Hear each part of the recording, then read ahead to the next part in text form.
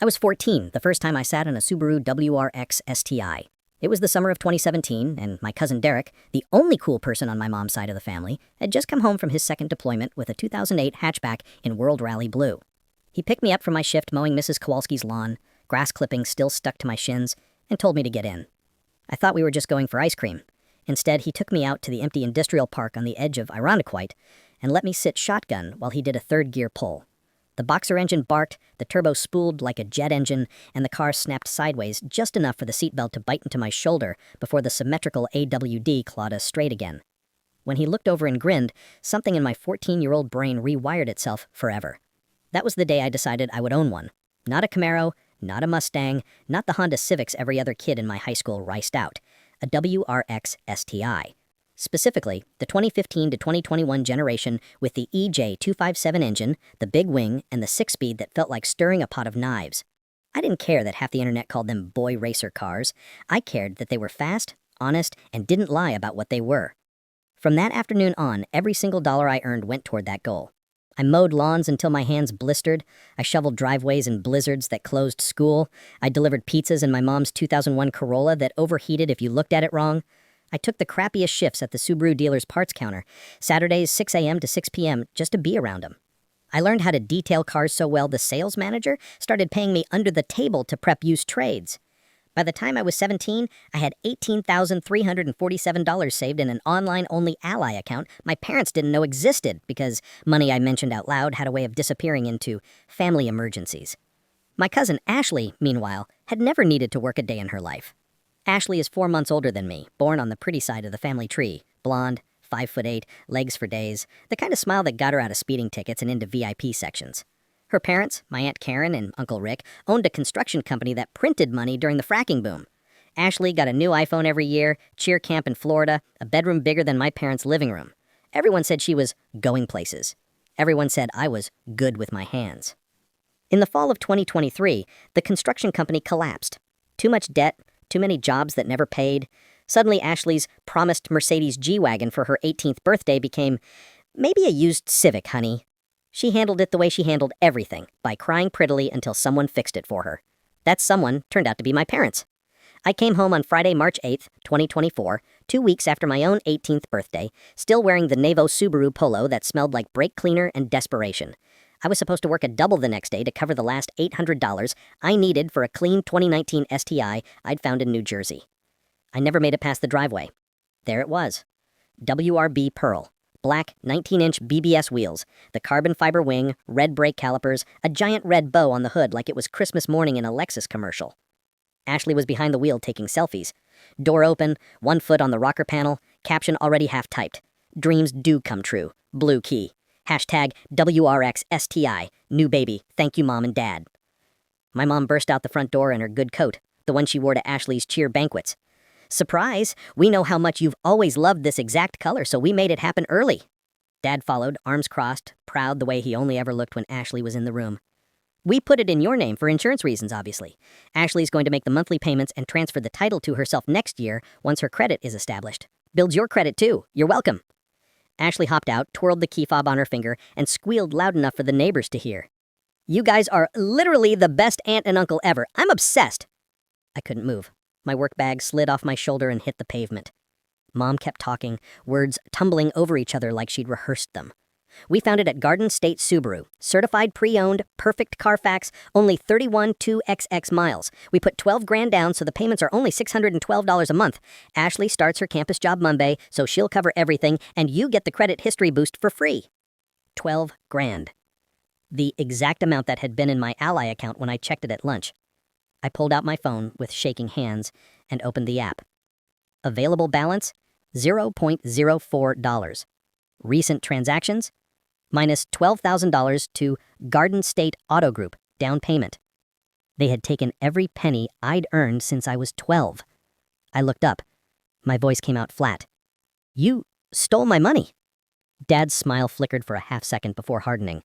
We borrowed it, Brooke. You'll get it back with interest. This is an investment in family unity. Ashley was already sliding back into the driver's seat, revving the engine just to hear the turbo flutter. Listen to that sound. I'm in love. Mom put her arm around my shoulders like we were posing for a photo. We knew you'd understand. Ashley needs reliable AWD for her recruiting trips. Syracuse, Cornell, Colgate, all Division I cheer programs. This could be life-changing for her. I stared at the temporary plate taped in the rear window. Brooke E. Sullivan, lessee. My name, my credit, my liability. Ashley rolled her eyes from inside the car. Brooke, don't be dramatic. It's just a car. I'll pay you back, promise. That night, I sat on the roof outside my bedroom window until 3 a.m., watching Ashley do burnout videos in the high school parking lot she Snapchatted to half the county. The wastegate chatter echoed through the quiet streets like gunfire. I didn't sleep. The next morning, the car was gone. She'd left at 5 a.m. to drive the 3 hours back to SUNY Brockport to show the squad. I didn't see it again for 53 days. The first lease payment posted on April 10th, $612.47. I had $87 in my checking account after groceries. I walked into the kitchen where Mom was making Ashley's favorite birthday pancakes, even though Ashley's birthday was in November because she was stressed about midterms. I can't afford that payment, I said. Mom flipped a pancake without looking up. Ashley sending the money Tuesday. Her campus job had paperwork delays. Tuesday came and went. May's payment bounced.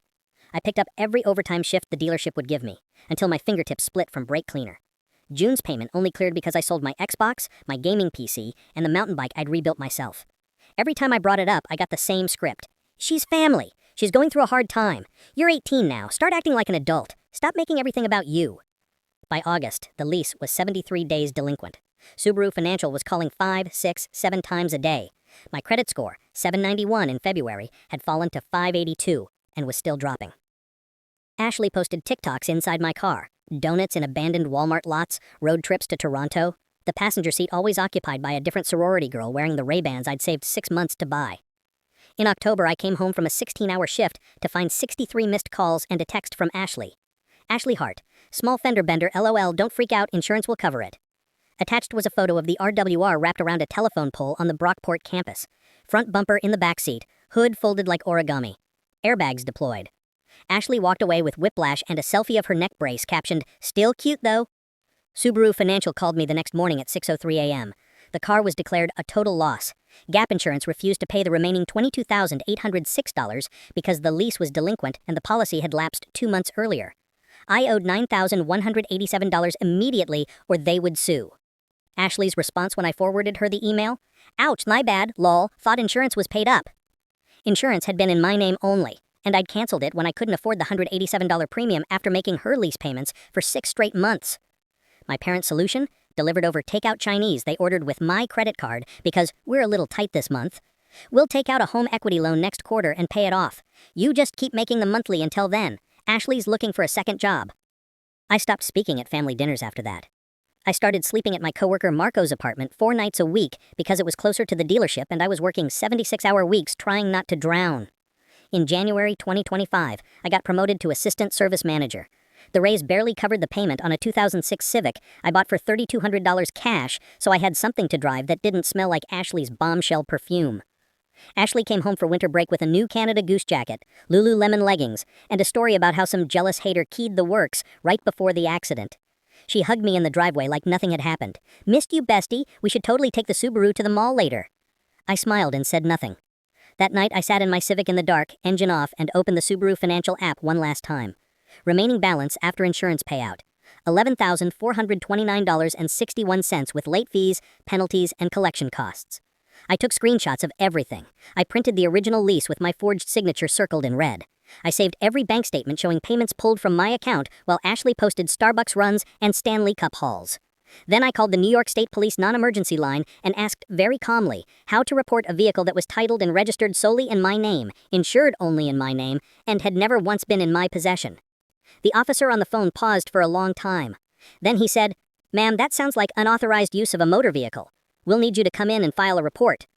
I hung up, looked at the told blue WRX in the tow yard photos Ashley had posted, and felt something inside me finally snap into place. They had taken my dream, my money, my future, and my credit. It was time to take something back. The morning I filed the police report was colder than any February I could remember, the kind of cold that crawls inside your bones and sets up camp. And I stood in the vestibule of the Irondequoit Police Department in my dealership work jacket, hands shaking, not from the temperature, but from the knowledge that once I walked through that second set of doors, there was no rewinding, no pretending I was still the quiet kid who let things slide because family. And the desk sergeant took one look at the 2-inch thick folder I slid across the counter and raised an eyebrow. But he didn't make me wait. He called Detective Alvarez straight down. And 20 minutes later, I was sitting in a gray interview room that smelled like burnt coffee, while Alvarez read every page I had printed, every forged lease line, every bank statement, every missed payment notice, every selfie Ashley had posted from behind the wheel of a car that was never hers. And when he finally closed the folder, he looked at me with something that wasn't pity but respect and said, "Miss Sullivan, if what you're telling me is accurate, and I have no reason to doubt these documents, then the vehicle registered to you has been in the unauthorized possession of another party for 11 months, driven over 22,000 miles, involved in an at-fault collision, and the lease is in arrears solely under your name. That meets the threshold for unauthorized use of a motor vehicle under New York Penal Law 165.05. And because the value exceeds $25,000, it's a felony." And the word felony landed between us like a live grenade, and I felt my shoulders drop about 10 pounds because someone finally saw it for what it was: theft, not a family favor. And he asked if I wanted to press charges, and I said yes without hesitation. And he nodded once and said he would open the case and issue a pickup order for the vehicle so it could be towed to the sheriff's impound until the investigation was complete. And I signed every form he put in front of me. And when I walked out, the sky was the color of steel, and I felt lighter than I had in years. 2 days later, on February 19th, 2025, at 6:12 a.m., a flatbed tow truck with Monroe County Sheriff decals rolled up to my parents' house on Titus Avenue, and the driver hooked the mangled remains of the WR Blue STI that was still technically parked in their garage because Ashley had brought it home until insurance sorted everything out. And by 6:17, the car was on the back of the truck and gone. And my father called me at the dealership screaming so loud the service writers heard him through the phone speaker, demanding to know what kind of monster calls the police on her own cousin. And I waited until he ran out of breath and then said, very calmly, "I called the police on the people who stole my money, forged my signature, destroyed my credit, and left me holding an $11,000 bill. The fact that one of them shares DNA with me doesn't change the law." And he sputtered and threatened and finally hung up. And 10 minutes later, my mother was blowing up my phone with texts that started with, "How could you do this to us?" and ended with, "Your aunt is in the hospital with chest pains." And I blocked every number I had ever associated with them except one, my father's work cell, because I knew I would need to hear whatever came next. Ashley had to take a 4-hour Greyhound home from Brockport because her car was now evidence. And when she walked into my parents' house that afternoon, she apparently collapsed on the living room floor crying about how her entire senior year was ruined and everyone at school was calling her a criminal. And my mother called me from the landline sobbing that I had to come fix this right now, that the tow driver had been so rude and the neighbors were all watching. And I told her I was at work and hung up. And then I turned my phone face down and finished writing up a 2025 Outback that had come in for a 60,000-mile service because customers still needed their cars and I still needed my job. That evening, my parents showed up at the dealership at 4:47 p.m., marching through the service drive in front of customers like they owned the place. My father red-faced and yelling that I had 24 hours to drop the charges or they would never speak to me again. My mother clutching a box of tissues and begging me to think of poor Ashley, who was having anxiety attacks. And I clocked out, walked them to the far corner of the lot where no clients could hear, and handed my father the same manila folder I had given Detective Alvarez, only this one had color printouts of Ashley's Instagram stories, every frame timed and dated, showing her doing 120 miles per hour on the 390, smoking hookah in the passenger seat while someone else drove my car, posing on the hood in a bikini at Letchworth. And I watched my father's face go from rage to confusion to the slow dawning horror of realizing there was photographic proof his niece had treated a $32,000 vehicle like a party toy for 11 months while I paid for it with 76-hour work weeks, and my mother kept whispering, "This can't be happening," over and over. And when my father finally looked up, he tried one last time with the old script, "She's family," and I said, "So am I. And you chose her the day you drained my account." And then I walked away and left them standing between a RAV4 and a Tacoma while the service writers pretended not to watch. Subaru Financial filed suit against all three of us in March because my father, in a panic after the crash, had tried to add himself and my aunt as co-lessees after the fact. Another set of forgeries, and the paper trail now looped them in. And the attorney I hired with money I borrowed against my 401k was a woman named Renata Park, who ate predatory lenders for breakfast. And when she saw the file, she actually laughed out loud and said this was the cleanest case of financial abuse against an adult child she had seen in years. And we countersued for fraud, identity theft, and emotional distress. And by August, the case settled out of court. I paid $0. My parents and Ashley split the remaining $11,429 plus $4,813 in legal fees and collection costs, and Subaru Financial removed the entire trade line from my credit report as part of the agreement. And for the first time in 18 months, the balance on that account read $0 and stayed there. Ashley posted a 23-minute tearful apology video in September that got 3.7 million views on TikTok, sitting in her childhood bedroom with perfect lighting and a single tear rolling down her cheek while she talked about growing up entitled and learning the hard way that actions have consequences and rebuilding family relationships, and the comments called her brave and stunning and mature. And I watched it once on a private account, left a single comment that just said, accountability would have been making the $612 every month for 11 months. Enjoy the bus. Pinned it, and disabled replies, and then I closed the app and never looked again.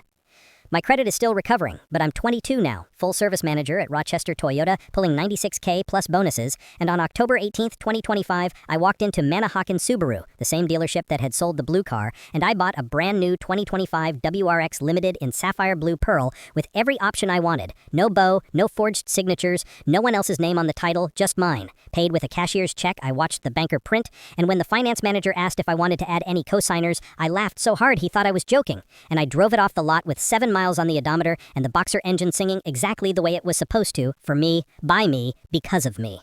Some nights I still dream about the first WRX, the blue one, the one that got totaled and towed and fought over, and in the dream I'm standing in my parents' driveway, watching Ashley peel out doing a third gear pull while my mother waves proudly.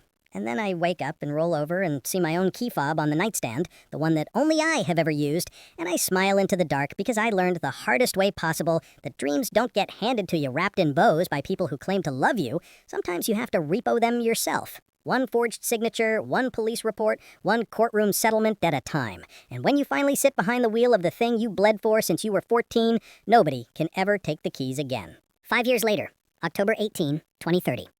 I am 27 today. I wake up in my own apartment above the garage of the house I bought last year, a modest 1920s Craftsman on the edge of Park Avenue with original hardwood floors and a 2-car garage that smells like motor oil and coffee. My 2025 WRX sits under a custom car cover next to the 1998 RS Coupe I restored during the pandemic, the one that taught me bodywork and patience in equal measure. Both are titled solely to Brooke Elizabeth Sullivan. Both are paid off. Both have never known another driver's perfume. My phone is already buzzing. The first text is from Marco, my old coworker who is now the fixed ops director at my old dealership. Marco, happy 27th, boss lady. Coffee on me whenever you roll in. The second is from Renata Park, the attorney who saved my credit and my sanity. Renata, birthday lunch next week. My treat. Still proud of you every damn day. The third is from a number I haven't seen in 4 years. Area code 585. My parents' landline. I stare at it for a long time. The preview just says, Mom, happy birthday, Brooke. We'd love to see you if you're ever... I don't open it. I swipe it away, roll out of bed, and pull on jeans and the softest hoodie I own. Downstairs, I make coffee strong enough to strip paint, then sit on the porch steps and watch the leaves fall in slow motion. I am no longer angry. Anger was useful once. It kept me moving when despair wanted to pin me to the floor. But anger has a shelf life, and mine expired somewhere around the 3rd year of therapy I paid for myself. What I feel now is closer to indifference, with a side of curiosity. At 10:12 a.m., I cave and open the text thread. There are 7 messages, sent over the course of an hour. Mom, happy birthday, Brooke. We'd love to see you if you're ever willing. Mom, your father isn't well. Heart issues. Nothing critical yet, but the doctor says stress isn't helping. Mom, Ashley moved to Arizona last year. She's doing better. Has a real job now. Mom, we sold the house on Titus Avenue. Too many memories. We're in a small place near the lake now. Mom, there's a box of your things in the garage if you ever want it. Mom, we miss you. Mom, I'm sorry. I say it every day, but I needed to say it on your birthday too. I read them 3 times. Then I call the one person who has earned the right to weigh in on this. Renata answers on the 2nd ring. Birthday girl, tell me you're eating cake for breakfast. Close. I'm drinking motor oil coffee and deciding whether to open a 5-year-old wound. I read her the texts. She listens without interrupting, which is why I love her. When she finishes, she is quiet for a long beat. She says what I want, Brooke, not what you think you should do. What do you want? I look across the street at the maple that drops helicopter seeds on my windshield every spring. I want to know if they've changed, and if they haven't, I want to close the door myself instead of letting it stay cracked open in my head. Then go, she says simply, but on your terms, your car, your schedule, your exit ready. I tell her I love her and hang up. At 11:47 a.m., I back the WRX out of the garage, still sapphire blue, still perfect. I point it toward Irondequoit. The drive takes 26 minutes. I don't speed. I don't play music. I just listen to the boxer engine burble at idle when I stop for coffee at Pittsford Dairy. It sounds like forgiveness I earned myself. The new house is small, vinyl-sided, with a single-car garage and a porch that needs painting. Dad's old Silverado is in the driveway, rust blooming along the rockers. There's a handicap ramp that wasn't there before. I park at the curb, kill the engine, and sit for a full 5 minutes before I get out. Mom opens the door before I reach the steps. She's grayer, thinner, wearing the same cardigan she had on the day they handed my Ashley my keys. Her eyes fill the second she sees me. Brooke. Hi, Mom. She steps aside without trying to hug me. Smart. Inside smells like lemon polish and the faint medicinal scent of someone who doesn't move as fast as they used to. Dad is in a recliner by the window, oxygen tubes in his nose, a quilt across his lap. He looks 20 years older than the last time I saw him shouting in the dealership parking lot. He tries to stand when he sees me. I motion him back down. Sit, Dad, I'm not staying long. Mom hovers. Can I get you coffee? Water? I'm good. There's a long silence, the kind that used to feel like drowning. Now it just feels like space. Dad speaks first, voice raspy. Your mom said you might not come. I almost didn't. He nods like that's fair. We kept your room the way it was for a long time. Then we moved, and there's a box of your things in the garage if you ever want it. He gestures weakly toward the hallway. I heard. Mom twists her hands. We sold the Titus house for less than we owed.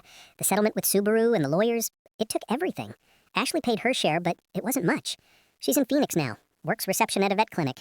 No more cheer, no more TikTok. I say nothing. Dad clears his throat. I was wrong, Brooke, about all of it. I thought I was helping family. I didn't see I was stealing from my own kid. I see it now. Every day. Mom's voice cracks. We lost you to save her, and then we lost her anyway. She doesn't speak to us either. I look around the small living room. There are no photos of Ashley on the walls anymore. Just one framed picture from my high school graduation. Me in my cap and gown, alone, because they'd gone to Ashley's cheer nationals that weekend. I feel something loosen in my chest. I didn't come here for apologies, I say quietly. I forgave you a long time ago. Not for you, for me, so I could stop carrying it. Dad's eyes fill. Mom makes a small wounded sound. I continue. But forgiveness isn't a reset button. It doesn't put the 12 grand back in my account at 18. It doesn't undo the nights I cried in my Civic because I thought I'd never dig out of the hole you left me in. Mom whispers, we know. I own 2 houses now. The one I live in and the rental I bought with the bonuses I earned after you taught me that nobody was going to hand me anything. I run the highest grossing service department in Western New York. I have people who love me who never asked me to shrink to make room for someone else. Dad manages a shaky smile. We're proud of you. I know you are. Now. Because I did it without you. Silence again. This time it's softer. I stand. I'll take the box. And then I'll go. Mom disappears and comes back with a medium U-Haul box. Inside my old yearbooks, the first paycheck stub from the dealership, the brochure for the blue STI I had taped above my desk, a flash drive labeled Brooke's Baby Pictures in my mom's handwriting. I close the flaps. At the door, Mom finally reaches out and touches my arm. Will we see you again? I think about it. Really think. Maybe. On my terms. When I'm ready. If I'm ever ready. Dad calls from the recliner, voice cracking. We'll be here. I nod once and walk out. The October sun is warm on my face when I load the box into the WRX's trunk. I slide behind the wheel, fire up the engine, and let it settle into that perfect uneven idle that still makes my heart skip the same way it did when I was 14. I pull away from the curb without looking back. Halfway home, I stop at Letchworth, park at the Upper Falls Overlook, and open the box. I take out the old brochure, run my thumb across the photo of the blue car that started everything, and then I tear it in half and let the pieces go over the railing. They flutter down into the gorge like blue confetti. I get back in my car, my real car, the one nobody ever took, and drive home with the windows down and the engine singing. Some stories don't end with dramatic confrontations or tearful reunions. Some stories end quietly, on a random October afternoon, when you realize the people who tried to steal your dream accidentally taught you how to protect it forever. I am 27 years old today. I am free. And the only name on my keys is mine.